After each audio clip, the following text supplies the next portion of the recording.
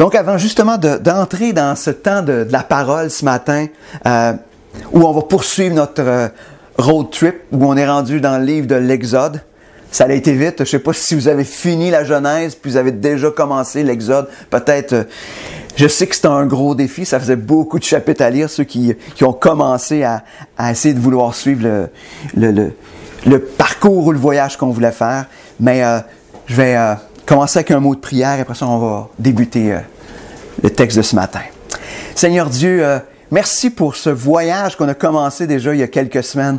Seigneur, merci parce que tu nous emmènes dans ta parole, que tu nous l'as fait découvrir, des fois dans des aspects qu'on ne s'était pas arrêtés.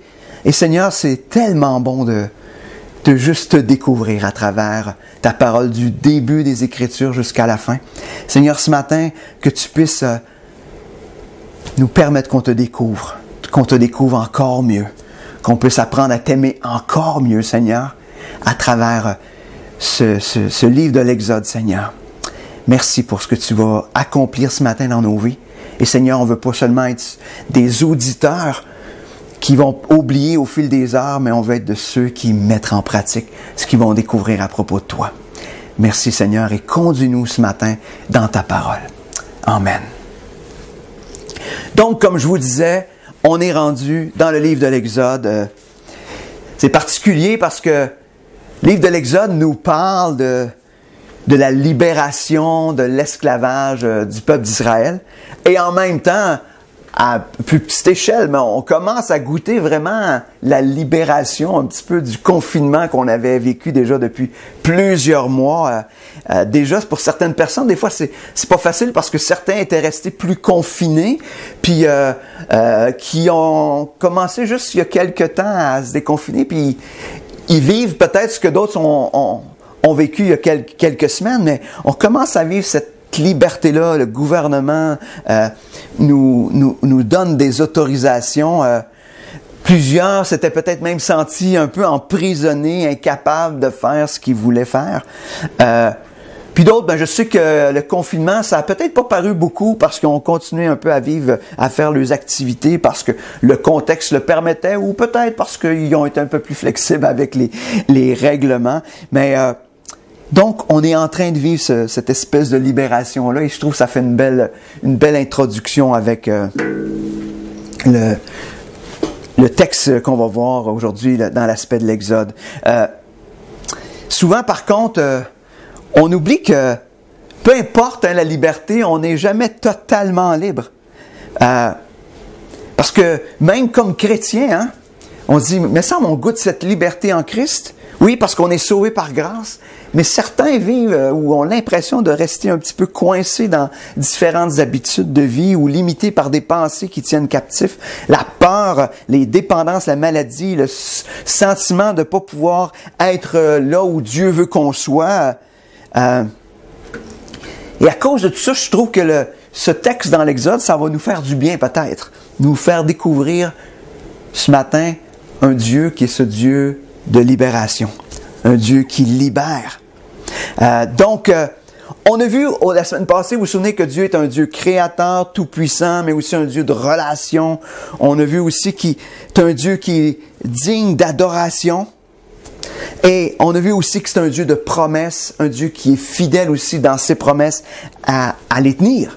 Et je trouve que ça met la place parce que à ce que Dieu veut faire dans l'Exode, c'est-à-dire c'est l'accomplissement d'une promesse. Une promesse qu'il avait faite à Abraham, on l'avait vu la semaine passée, où il avait déjà annoncé que le peuple serait en exil, ou qu'il serait déporté, ou qu'il se retrouverait coincé, esclave en quelque part, et qu'il serait libéré après 4 générations. Et c'est il avait déjà annoncé ça à Abraham, disant, vous n'aurez pas déjà accès à la terre promise, vous allez devoir passer par un temps d'esclavage dans un pays étranger. Et on arrive à cette étape-là avec l'Exode où le peuple de Dieu est dans un pays étranger, esclave. Mais on va voir que Dieu, non seulement pour aller plus loin dans le fait qu'il est un Dieu de promesses ou qui accomplit ses promesses, ça l'emmène à être un Dieu qui libère. Parce que ses promesses, il parle de promesses de libération.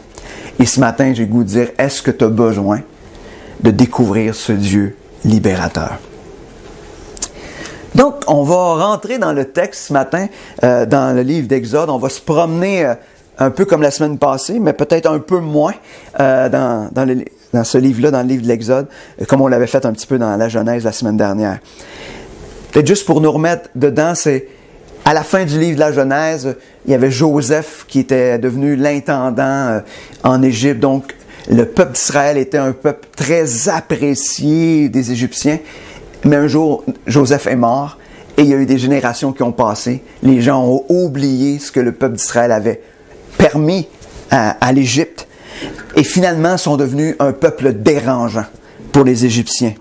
Ils sont devenus dérangeants à un tel point qu'on a dit, ils vont tellement prendre la place qu'ils vont vouloir dominer sur nous. Donc, à la place, on va les contraindre à l'esclavage, comme je vous disais que Dieu l'avait annoncé à Abraham. Donc, on va essayer de voir un petit peu les stratégies ou le processus, je dirais, que Dieu met en place pour arriver à être ce Dieu de libération ou à libérer le peuple d'Israël. Donc, dans Exode 2, pour commencer, à partir du verset 23, ce qu'il faut voir, c'est que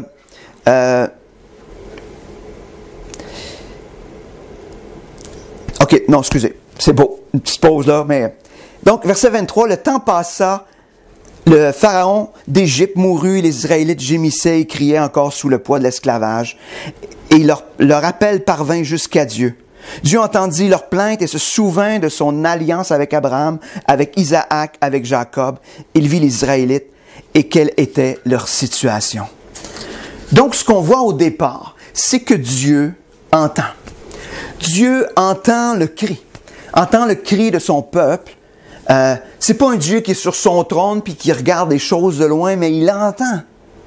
Il est pas là en disant qu'il fait rien puis qu'il se soucie de rien. Non, il entend donc. Son oreille est attentive à ce que le peuple vit. Il entend son cri, il entend les supplications. Quand on se sent captif nous-mêmes, souvent on a l'impression que Dieu est sourd, que Dieu n'entend pas. Mais à partir de ce qu'on voit là, comment Dieu se révèle, Dieu est un Dieu qui entend nos cris. Ça ne veut pas dire que parce que les choses ne se produisent pas à la vitesse qu'on voudrait, que Dieu n'entend pas. Ça ne veut pas dire que Dieu est indifférent. Parce que ça durait quand même un certain temps, l'esclavage d'Israël. Ça pouvait donner l'impression que Dieu n'entendait pas ou qu'il était indifférent. Mais c'est parce que Dieu veut accomplir les choses en son temps, il veut les accomplir parfaitement pour que ça produise précisément ce que ça a à produire. Mais ce qui est bon de se rappeler, dans nos moments de détresse encore plus, Dieu entend nos cris. Deuxième chose qu'on voit dans ces quelques versets qu'on a lus ce matin, on voit qu'il se souvient. Deuxième chose qu'on voit, je dirais Dieu qui voit, mais c'est qu'il se souvient de la promesse qu'il a faite à Abraham. On l'avait vu la semaine passée, mais Dieu s'en souvient. Dieu, il n'a pas oublié ce qu'il avait dit. Et ça nous montre encore sa fidélité parce que Dieu se souvient. Souvent, nous autres, si on promet quelque chose, puis que ça fait quelques semaines, quelques mois, ça se peut qu'on ait oublié, qu'on ne se souvienne plus. Ou bien des fois, c'est l'excuse, hein. Des fois, c'est l'excuse qu'on fait des fois envers les parents en disant « Tu m'avais dit, tu m'avais promis, mais finalement, tu ne l'as pas fait. » Et nous, on est du genre à pas se souvenir, ou en tout cas à aimer pas se souvenir, à oublier ce qu'on s'était engagé. Mais Dieu, lui, se souvient.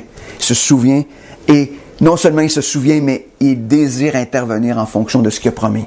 Quand Dieu promet quelque chose, Dieu va accomplir ce qu'il a promis à sa manière dans son temps, mais Dieu se souvient, Dieu n'oublie pas ce qu'il a promis. Il y a une autre chose. Il entend, il se souvient, mais aussi il voit. Imaginez, ça peut sembler banal, l'aspect que Dieu voit.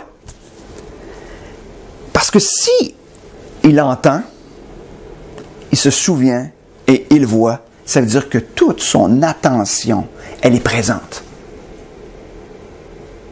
Moi, je me souviens, il y a un moment donné, je travaillais dans un endroit, puis j'allais voir je voulais discuter de quelque chose avec mon patron à ce moment-là. Puis là, j'y racontais mes affaires.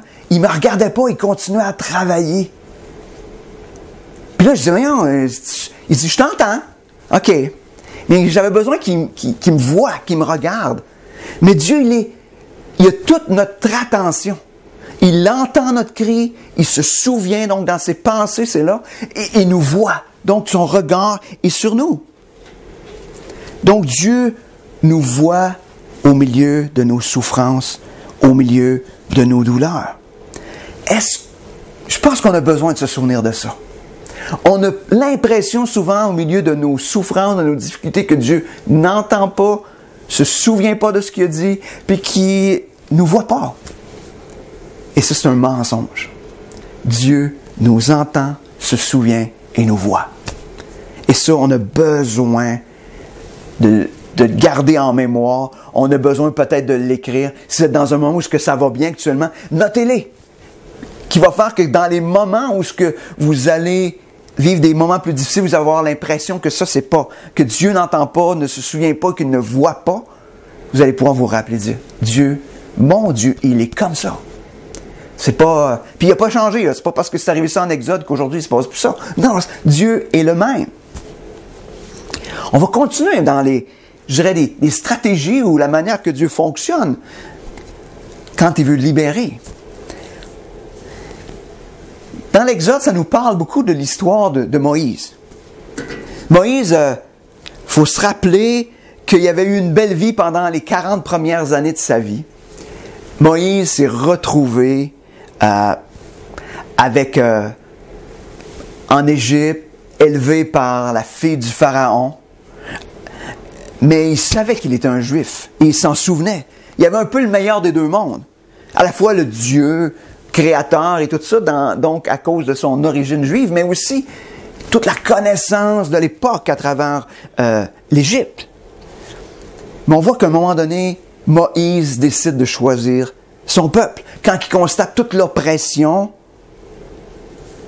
que son peuple vit, il choisit son peuple et il défend son peuple et ça le conduit même à commettre un meurtre, à tuer un Égyptien. Et toute l'histoire par la suite nous montre que même son peuple dit « Hey, vas-tu procéder de la même manière qu'avec l'Égyptien? » Donc, Moïse obligé de fuir au pays de Madian. Il est resté 40 ans caché dans le pays de Madian. Rien ne nous indique pendant toutes ces années-là qu'il a continué à entretenir sa relation avec Dieu. Son beau-père, c'était un prêtre de Madian, donc une religion qui croyait pas nécessairement le Dieu créateur d'une manière différente. Et Moïse est là pendant 40 ans. Et quand on arrive dans Exode 3, verset 1, ça nous dit, Moïse faisait paître les brebis de son beau-père Jéthro, prêtre de Madian. Il mena son troupeau au-delà du désert et parvint jusqu'à Horeb, la montagne de Dieu. L'ange de l'Éternel lui apparut dans une flamme au milieu d'un buisson.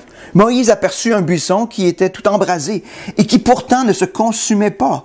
Il se dit alors, je vais faire un détour pour aller regarder ce phénomène extraordinaire et voir pourquoi le buisson ne se consume pas. L'Éternel vit que Moïse faisait un détour pour aller voir et il l'appela du milieu du buisson. « Moïse, Moïse! »« Je suis là, répondit Moïse. » Dieu lui dit, « N'approche pas d'ici, enlève tes sandales, car le lieu où tu te tiens est un lieu sacré. » Puis il ajouta, « Je suis le Dieu de tes ancêtres, le Dieu d'Abraham, le Dieu d'Isaac et le Dieu de Jacob. » Alors Moïse se couvrit le visage, car il avait peur de regarder Dieu. Imaginez Moïse, le gars qui fuit loin de l'Égypte, qui semble pas avoir entendu, comme je disais, Dieu peut-être depuis 40 ans, il se laisse déranger par Dieu. Peut-être qu'on a besoin, je voulais peut-être juste ouvrir une petite parenthèse, qu'on a besoin de se rappeler que Dieu nous interpelle souvent au milieu des fois de notre quotidien pour accomplir quelque chose pour lui. Est-ce qu'on se laisse détourner? J'ai comme le goût de faire cette petite parenthèse-là. Est-ce qu'on se laisse détourner de notre quotidien? Lui, c'était son quotidien de berger ou gardien de troupeau. Puis il se laisse déranger. Est-ce qu'on se laisse déranger par Dieu?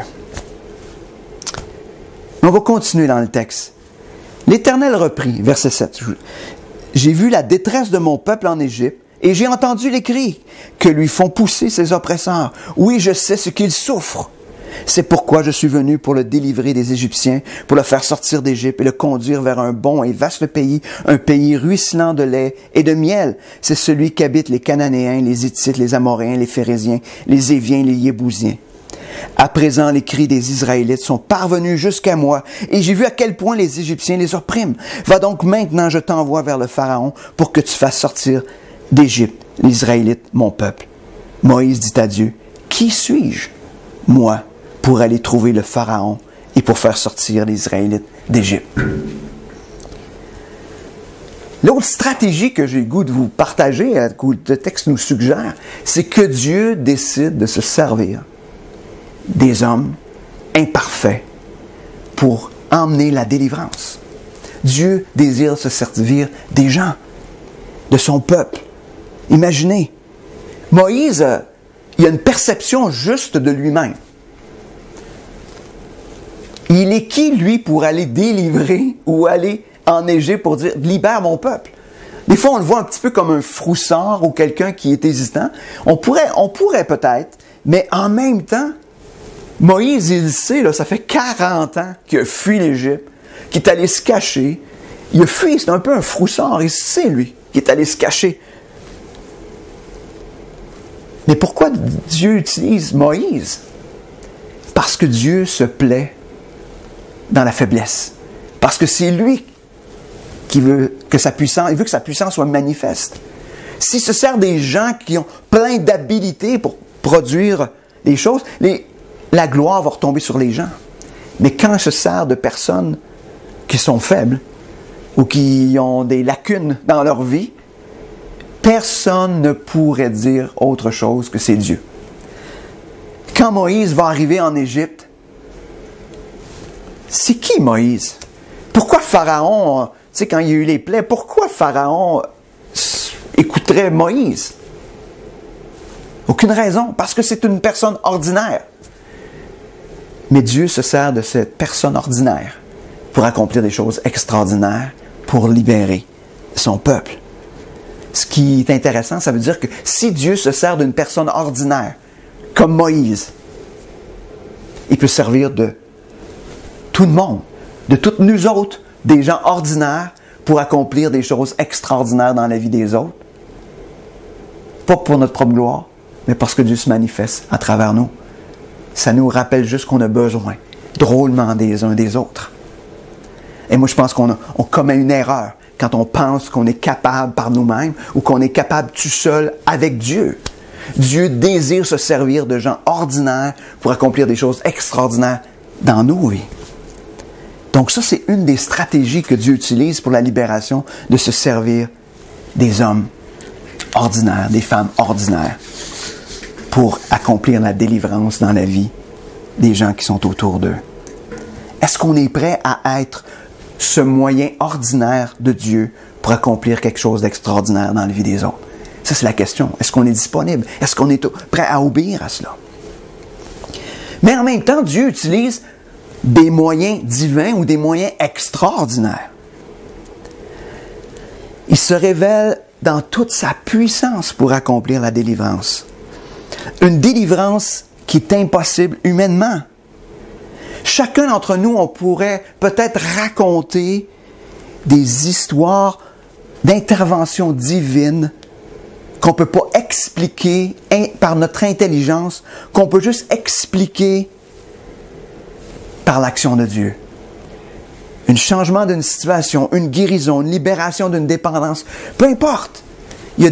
Chacun on a des histoires qu'on pourrait raconter disant « Personne ne peut expliquer par l'intelligence humaine cette transformation radicale ou différente. » Il a fallu que ce soit Dieu qui le fasse. Est-ce qu'on est prêt à le reconnaître? On retrouve dans le livre d'Exode une multitude de ces interventions divines. Mais je vais juste énumérer les 10 plaies d'Égypte et vous allez voir que déjà là, c'est quand même une intervention particulière. Malgré que les premières plaies, les magiciens de l'époque étaient capables de produire un même genre de phénomène. Mais le phénomène, quand c'était Dieu qui le faisait, c'était toujours plus grand, mais les premiers seulement. Mais Dieu qui change l'eau en sang, dans Exode 7. Les grenouilles qui envahissent aussi dans Exode 7. Les moustiques dans Exode 8. Les mouches venimeuses aussi dans Exode 8. La mort de tout le bétail dans Exode 9. Les ulcères dans Exode 9. La grêle, la foudre aussi dans Exode 9. Dans Exode 10, les sauterelles. Après ça aussi, on retrouve les ténèbres qui sont toutes sur le territoire. Et finalement, la dernière plaie qui est la mort des premiers-nés dans Exode 12.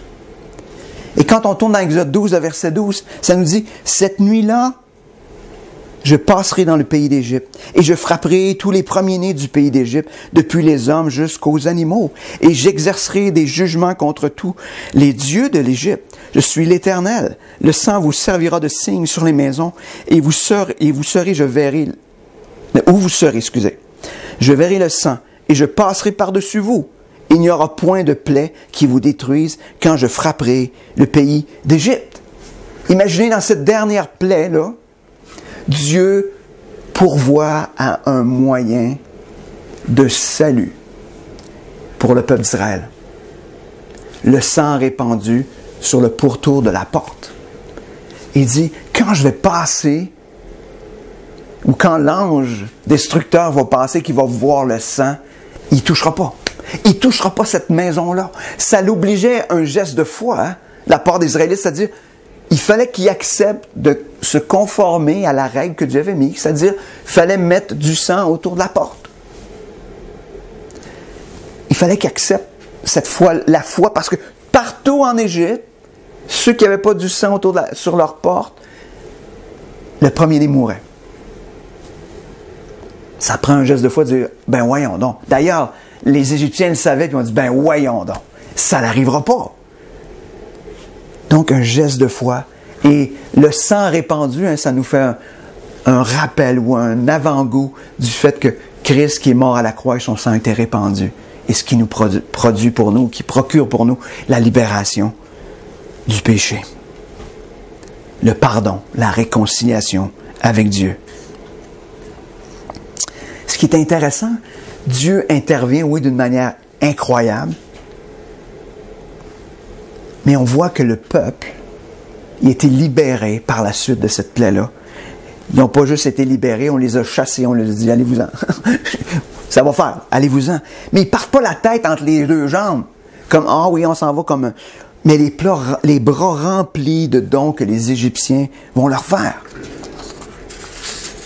Quand Dieu intervient, quand Dieu libère, ça ne ressemble pas à une demi-défaite. Il le fait pleinement, d'une manière évidente.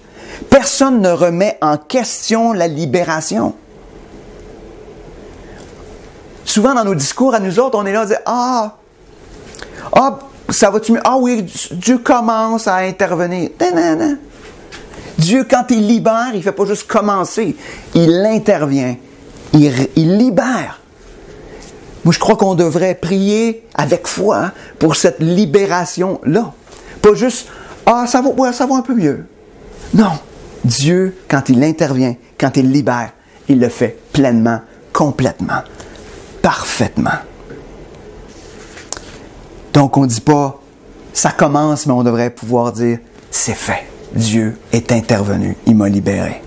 Est-ce qu'on a besoin de ce genre de délivrance-là dans notre vie?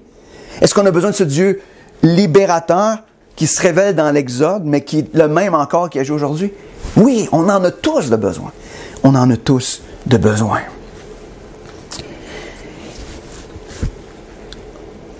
On va voir de quoi Dieu libère. Dans les textes, dans l'Exode, on découvre quelques points qui vont nous aider.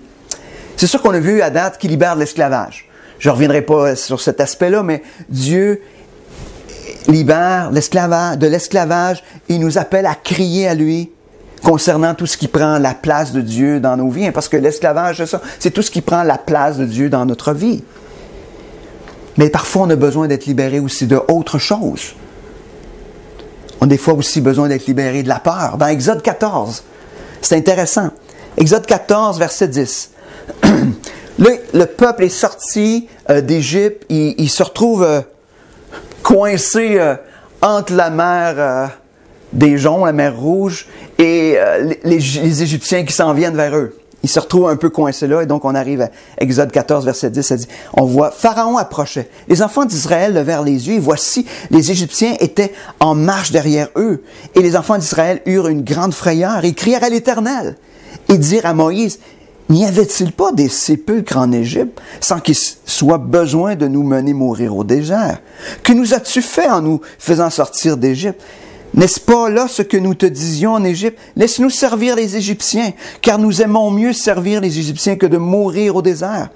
Moïse répondit au peuple, ne craignez rien, restez en place et regardez la délivrance que Dieu va vous accorder en ce jour, car les Égyptiens que vous voyez aujourd'hui, vous ne les verrez plus jamais.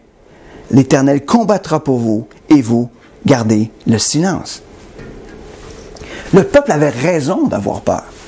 On aurait eu peur à moins que ça. Tu te retrouves coincé, puis tu sais la puissance des Égyptiens, tu étais esclave des Égyptiens. Puis tu n'es pas parti avec un paquet d'armes pour combattre.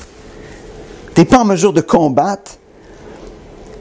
Mais pourquoi Dieu les emmène là, dans cette situation de peur extrême?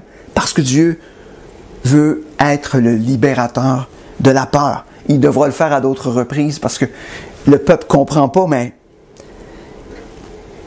je crois que Dieu est en train de nous dire aussi par rapport à nos peurs qu'il va intervenir. Qu'on a juste à garder le silence. Et d'ailleurs, on retrouve ça à d'autres reprises. Ce matin, dans ma lecture, j'étais dans Lamentation, dans le chapitre 3. Ça disait exactement la même chose. Gardez le silence. Gardez le silence, c'est-à-dire, laisse Dieu agir. Laisse Dieu intervenir. Sois pas celui qui... Souvent, la peur, c'est parce qu'on a l'impression qu'on perd le contrôle. C'est ça la peur. Hein? On perd le contrôle pour intervenir ou de faire quoi que ce soit. Puis là, on essaye de faire un peu n'importe quoi. Notre tête, elle devient envahie. Ce qui dit, laisse Dieu agir. Tu ne peux pas rien faire. C'est d'admettre notre grande dépendance envers Dieu, que Dieu va intervenir. Puis il va intervenir par des moyens extraordinaires. Une direction, une porte qui s'ouvre, où il ne semblait pas en avoir. Dieu désire intervenir dans nos vies et nous libérer de la peur. Dieu aussi nous libère de nous-mêmes. Dans Exode 16, à partir du verset 2, on lit « Et toute l'assemblée des enfants d'Israël murmura dans le désert contre Moïse et Aaron. Les enfants d'Israël leur dirent « Que ne sommes-nous morts? » Excusez, c'est tellement un drôle de tournure. « Que ne sommes-nous morts par la main de l'Éternel dans le pays d'Égypte? Quand nous étions assis près des pots de viande, quand nous mangions du pain à satiété, car vous nous avez menés dans ce désert pour faire mourir de faim toute cette multitude. L'Éternel dit à Moïse, voici je ferai pleuvoir pour vous du pain du haut des cieux. Le peuple sortira et en ramassera jour par jour la quantité nécessaire afin que je le mette à l'épreuve et que je vois s'il marchera ou non selon ma loi. Le 6e jour, lorsqu'ils prépareront ce qu'ils auront apporté, ils en trouveront le double de ce qu'ils ramasseront jour après jour. Imaginez, le peuple d'Israël est là. Et c'est l'histoire de l'Exode. Quand vous allez, pas juste de l'Exode, mais dans le livre d'Exode, vous allez le voir à maintes reprises. Des vrais Québécois chiolent. Hein? La même affaire. Ils sont là. Ils ont été libérés. Ils ont vu la main de Dieu intervenir. Les libérés, ils ont passé au travers la mer. Et là, on va mourir de faim. On était tellement bien dans l'esclavage d'Égypte. On était tellement bien avec de la viande. Ils oublient ce qu'ils vivaient. Ils oublient comment ils étaient avant. Et ils oublient comment Dieu est intervenu depuis leur libération jusqu'à ce moment-là. Ça ne fait pas si longtemps que ça, hein, entre la libération et ce qu'on lit dans Exode 16. Dieu veut les délivrer d'eux-mêmes afin qu'ils reconnaissent leur dépendance envers Dieu. C'est sûr, hein, ils ont perdu le contrôle sur tout. Il y avait une petite routine en Égypte, hein, c'était le fun. Chaque matin, ils se levaient, allaient faire une petite journée d'esclavage de la journée, puis le soir, ils mangeaient. Puis le lendemain, ça recommençait. Hein? C'est ça leur vie. C'est pas agréable là, de vivre dans cet esclavage-là, mais il y avait le contrôle, il y avait l'impression de vivre du contrôle sur leur vie. Et là, ils sont dans le désert. Pas de contrôle sur absolument rien. Pourquoi Dieu les emmène dans le désert, où ils ont zéro contrôle? C'est parce que Dieu veut les libérer d'eux-mêmes, afin qu'ils puissent tourner leur regard vers Dieu, être attentifs à ce que Dieu veut faire dans leur vie. Est-ce que on est comme eux, des chialeux, qui désirent avoir du contrôle sur nos vies? Et si Dieu voulait nous emmener, ou plutôt je devrais dire, Dieu veut nous emmener dans une dépendance totale envers lui, afin qu'on puisse être libérés de nous-mêmes. C'est ce que ça veut dire, c'est zéro contrôle. Est-ce qu'on est prêt à ça? Dieu veut nous emmener dans une zone de perte de contrôle, afin que lui ait tout le contrôle sur tous les aspects de nos vies. Est-ce qu'on est prêt à ça? Est-ce qu'on croit que Dieu veut intervenir et nous emmener là? Moi, je le crois. Mais tout ça nous conduit à une dernière étape qu'on va regarder ce matin, mais qui va être en même temps aussi notre conclusion. C'est que Dieu nous libère afin qu'on s'approche de lui. Le but que Dieu libère à la fois le peuple d'Israël et qui veut nous libérer nous aussi, c'est afin de nous emmener à être de plus en plus près de lui, pour vivre cette relation intime avec Dieu, qui était perdu dans le jardin, on l'a vu la semaine passée, perdu dans le jardin, par la chute, par le péché. Il y a des milliers d'années. Il y a eu cette brisure dans la relation et Dieu veut rétablir cette relation-là. Il veut qu'on s'approche de lui. Il veut qu'on redevienne ce qu'on devrait être, c'est-à-dire dépendant de lui, s'approchant de lui de plus en plus. Il est intéressant de découvrir que dans le livre de l'Exode, c'est là qu'il y a toute l'énumération des 10 commandements. Dieu donne sur des tables de pierre sa loi, les 10 commandements que Dieu écrit lui-même sur des tables de pierre que Moïse va descendre.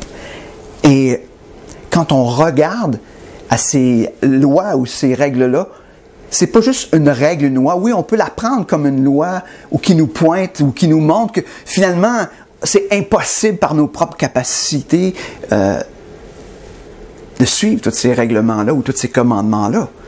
Mais en même temps, ça nous appelle à une plus grande dépendance envers Dieu. Parce que si je ne suis pas capable de le faire, j'ai besoin de dépendre de Dieu. Et quand on est venu à Christ, c'est exactement ce qui s'est passé.